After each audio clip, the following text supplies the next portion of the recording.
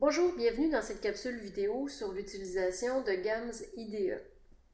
Normalement, vous devriez avoir suivi la première leçon de cette formation avant de regarder cette capsule et donc je ferai l'hypothèse que vous avez suivi les différentes étapes qui vous ont permis d'installer GAMS sur votre ordinateur. Automatiquement, une fois GAMS installé, cette fenêtre s'ouvrira et GAMS vous proposera un projet puisqu'aucun projet n'est sur votre appareil si c'est votre première utilisation. Cliquez simplement sur OK. Nous allons maintenant créer ensemble un projet dans lequel, au fur et à mesure des leçons qui suivront, donc répertoire dans lequel je sauvegarderai l'ensemble des modèles qui seront vus. Je clique sur File dans le menu en haut à gauche, Project, New Project pour créer un nouveau projet. Dans mon cas, j'ai créé un répertoire qui s'appelle GAMS Training dans lequel je sauvegarderai l'ensemble des documents qui seront relatifs à cette formation. Je dois donner un nom à mon projet. Je l'appelle Lesson 1. Je clique ensuite sur Open. Vous verrez dans la barre du haut, à tout moment pendant cette formation, où se situe le projet dans lequel vous travaillez. Alors, le projet dans lequel je travaille est situé dans le répertoire GAMS Training, dans mes documents. Nous allons maintenant ouvrir un fichier ensemble. Pour ouvrir un fichier, il y a différentes façons de procéder et c'est la même chose pour la plupart des commandes en GAMS. Alors, vous avez toujours le choix de vous promener dans le menu ou d'utiliser les touches de raccourci. Par exemple, pour ouvrir un fichier, soit vous allez dans File, Open, ou vous cliquez sur CTRL-O, si vous êtes plus à l'aise avec votre clavier. Évidemment, si je clique sur Open, puisque je n'ai toujours sauvegardé aucun document, il n'y a rien qui apparaît dans mon répertoire GAMS Training. J'attire votre attention sur le fait que, par défaut, lorsque vous ouvrez un document, GAMS vous propose des documents avec l'extension .gms qui sont des programmes exécutables par GAMS. Si vous cliquez sur la petite flèche de droite, vous avez l'ensemble des différents types de fichiers qui peuvent être ouverts. Donc attention, si vous désirez ouvrir un fichier autre que GMS, vous devrez aller dans ce petit onglet. Je vais cliquer sur Cancel puisque je n'ai aucun fichier à ouvrir. Pour vous montrer un peu les fonctionnalités, je vais ouvrir un fichier existant dans la librairie de modèles qui a été installée par GAMS lorsque vous avez installé le logiciel. Je vais donc retourner dans File, aller dans Model Library et Open GAMS Model Library. Vous cliquez là-dessus et vous avez ici l'ensemble des modèles qui a été installé sur votre ordinateur en même temps que le logiciel GAMS. Choisissez le premier. Alors, je double-clique sur le modèle. Je vais agrandir un petit peu la fenêtre pour qu'on voit mieux. Et vous verrez automatiquement que dans le haut de cette fenêtre, donc qui est une fenêtre d'édition, que le document, le fichier en question, donc le modèle s'appelait abel.gms, ce fichier a automatiquement été sauvegardé dans le même répertoire que celui où vous venez de créer votre leçon, votre projet. Alors on a GAMS Training ici, dans mes documents, on est donc dans le même répertoire. Vous remarquez qu'une fois que le document est ouvert, la plupart des boutons ici, qui sont des boutons de raccourci, tous les boutons qui figurent ici dans cette ligne sont aussi présents dans les différents menus.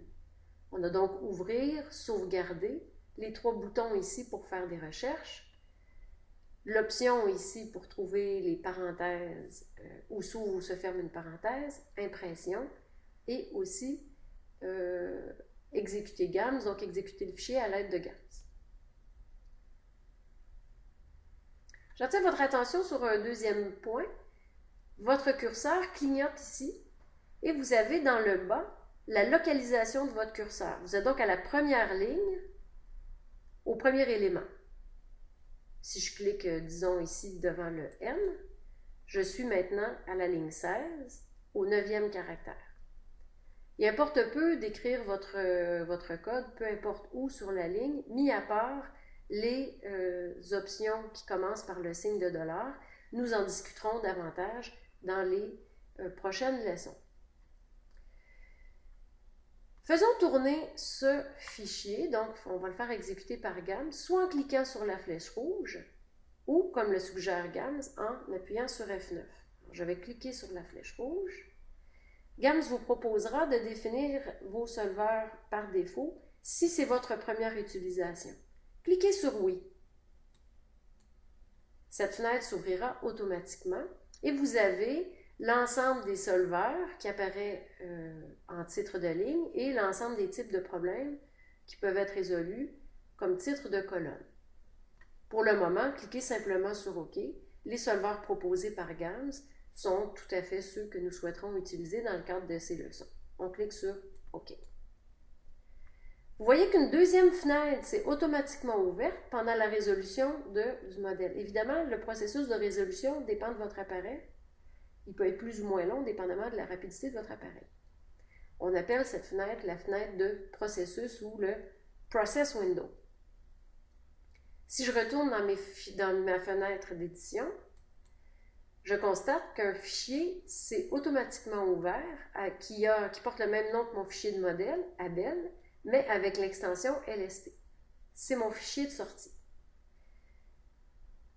Maintenant, si je vais dans File, Open, alors je clique sur Open, et que je demande à GAMS d'afficher tous les fichiers. Donc, dans File Types, je mets All Files, c'est-à-dire peu importe l'extension.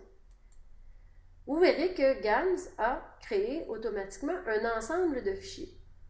Mon fichier GMS qui est ouvert, mon fichier de programme, un fichier log qui est en fait exactement ce que j'ai vu dans ma fenêtre de processus, mais qui est sauvegardé ici, le fichier de sortie, un fichier temporaire utilisé par GAMS LXI, en plus de mon fichier de projet. Cancel. Je clique sur Cancel et je reviens ici. Je retourne dans mon fichier. Je peux naviguer entre mes différents fichiers en cliquant simplement sur l'onglet. Alors, je peux passer du fichier LST au fichier programme en cliquant sur l'onglet.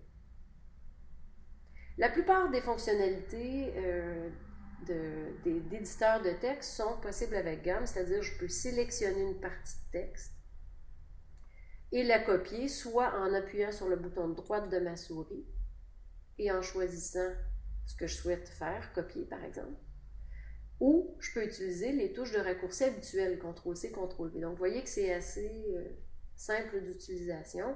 De même, je pourrais choisir ce texte-là et le copier à l'aide du menu en allant dans l'onglet Edit. Évidemment, faire le tour de l'ensemble des fonctionnalités de GAMS IDE pourrait être un peu long.